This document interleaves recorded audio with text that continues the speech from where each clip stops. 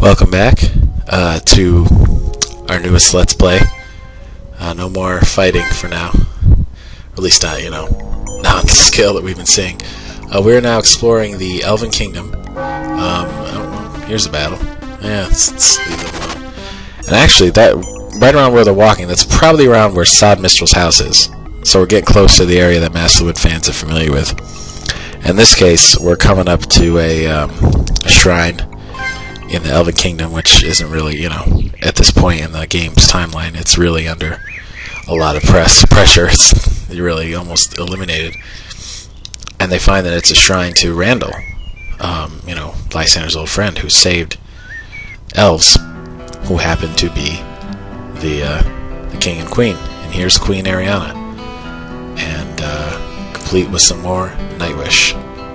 Can't get enough Nightwish.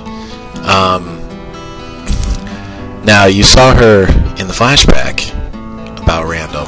She was one of the elves that was saved, although she didn't make a big deal out of it or anything. She was, undercover, basically. And the Galleons didn't recognize her. And she has an epic monologue here.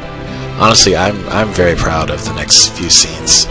I know through a lot of this I've been roasting my younger self, for good reasons sometimes. But this part in the Elven Kingdom and a lot of the stuff that comes after, I think could stand up to a lot of the best parts of Master of the Wind, and I'm still very proud of it. And you're gonna, find out in the course of this conversation why they ultimately named a town after this woman. Because she is, she's a genius, and she's a very, very strong leader. And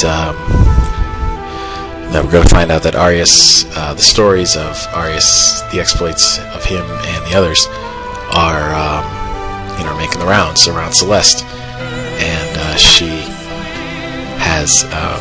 she tells him that he now has the sort of nickname, the General of Light. That's what people are calling him. That's a pretty badass name. And but Arius is, pretty modest, and it's not gonna strut around like a peacock. He's just, been trying to do what he thinks is right. He thinks he's, gonna make up for Lysander's past and everything. And now she's asking him about, their plans for Gallia once they get there. And he's pledged to try and bring Gallia down. And she's asking him if he had more help. And now she's going to talk about the weakness in Gallia. And there's a lot of political commentary here for the time period. I mean, she turned into Noam Chomsky for a few minutes. But I think it's really interesting because what she goes into is not so much left versus right or anything like that. It's about what she's talking about is the true believers versus the pragmatic politicians. In other words, and this comes up in all political sides, where you have the people who believe in the ideas, who believe in the goals, and then you have people who just want to keep getting elected, and the actual goals are secondary. And I think that you see that everywhere. You see it for the Republicans. You see it with the Tea Party versus the Republican establishment. On the left, you see it between the progressive folks and the Democratic establishment. It's just one of those things. And I'll give you one example, right? Abortion. For all the complaining that the Republicans do about abortion, they really haven't made much of an effort to stop it. And at the time that I was writing this, they, they had control of everything. White House, Congress, Senate, the Supreme Court. If they were going to get rid of Roe versus Wade and change abortion, that was the time. But they didn't do it. And I think that the reason is that if you solve that issue, or at least, make a change to it that, would be welcomed by the party faithful, then you can't campaign on it anymore, because we already fixed it, And maybe you'll get, one election because out of bragging about the fact that you did something, but eventually, since it's not, going to be as bad for them, it's not going to motivate them to get out to the polls. So it's this little carrot that's kind of dangled in front of them to keep them to come out and vote every time. And never mind that it never gets fixed. So I mean, that's, you know, that's just one example. I mean, you could come up with a lot, just things that don't change because of campaign politics. But now she's going to show that there's a lot more elves hanging around still than people thought. You know, Turner said a couple minutes ago that, you know, they're supposed to be nearly extinct, but not quite. They've just been kind of underground. And I'm holding on this because I just love this music and drag it out as long as I can. But so I guess that's about, you know, we should wrap this up here. And then outside the shrine, she gives them something that will be extremely helpful, which is a transformation stone. A little stone that's enchanted with this transformative magic that will allow Galdar to take on a human appearance when they're in, you know, the heavy Gallian areas, because obviously if you're a Minotaur you can't just be prancing around these places. And you know, so that's really helpful for them. And she has to tell them that King Terror was killed, which is not shown in this game, but if you played the little Easter egg in Master of the Wind with Queen Arianna's backstory, you saw that happen. But Arianna is gone for now. We'll be seeing her later. And we're going to keep going through the Elven Realm here.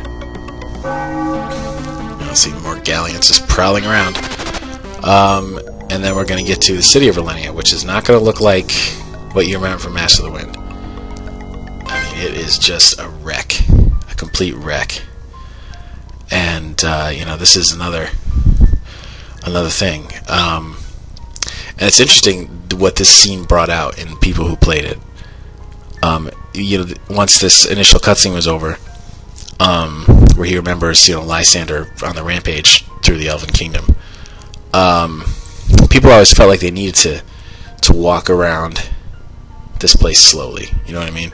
Like it had to be somber, you know. And there were no hidden items in here.